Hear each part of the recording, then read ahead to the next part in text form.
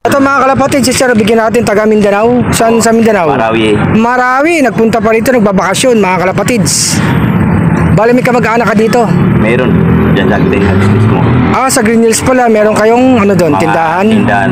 Mga tindahan mga kalapatids, pumunta pa sa atin, sinadya tayo mga kalapatids. Ito nga bigyan natin sa kanya. Oh. Salamat, idol. Ayan yung gusto niya, dalawang calcium lactate, dalawang multivitamins. Bali ano to, 100 tablets to. Ilan ba ibon mo, Sir? Tampo. 10. Marami silang mga dito, 100 tablets to. Ayan oh. Tamang-tama, 10.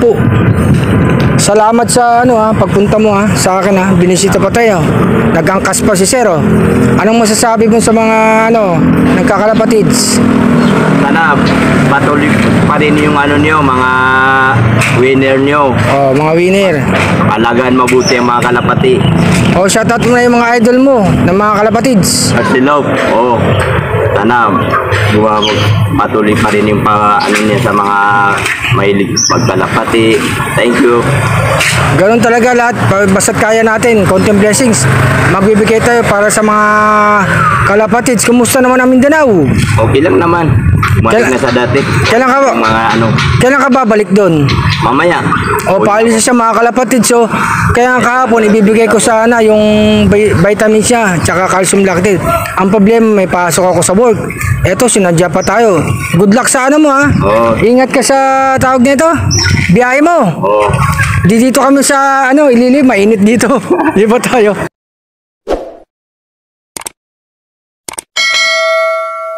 Tuloy natin yung interview kay Sir. Ano ba lang pangalan mo, Sir? Ako nga pala si Nuruddin, na taga Marawi. Marawi. Muslim, shoutout mo yung mga taga Marawi. Shoutout nga pala sa inyo sa mga taga Marawi. Yung mga kalapati dyan. Mga Muslim, shoutout mo sila. Thank you mga taga Marawi, mga kapatid kong mga Muslim. Salamat sa iyo Okay. Sa mga suporta kay Arcelop Ito nga mga kalapatids, meron tayong followers sa sumusuporta kay Arcelop taga Mindanao. Ayan, bigay natin sa kanya mga kalapatids Sana ka dito, hindi ka magsawang pumasyal dito sa Manila. Ano ba magandang pasyalan sa Mindanao? Doon mismo sa papuntang Evin sa Emisyo. Ano makikita doon? Wala, parang lang yung agad ka lang sa bundok. Shoutout mo din yung mga kalapatid sa Mindanao. Doon nga pala sa Mindanao, yung mga kasama ko doon. Shoutout nga pala sa inyo yung mga kalapatid dyan. Marami rin ba nag-aalaga ng mga ibon doon? Meron po. Marami rin pala mga marunong yung kumbaga mga sila sa mga winner. Mga winner. Ikaw nakapagpawi ka na ng ibon? Oo. Yung ibon ko nga pala nabitawan ko na sa Tacloban papuntang Cagayan. Ang layo nung Cagayan Tacloban Sa Cagayan de Oro. De Oro. Nakapagpawi siya. Yung kalapati ko, kaya inuwi ko na lang yung kalapati ko dun sa Marawi.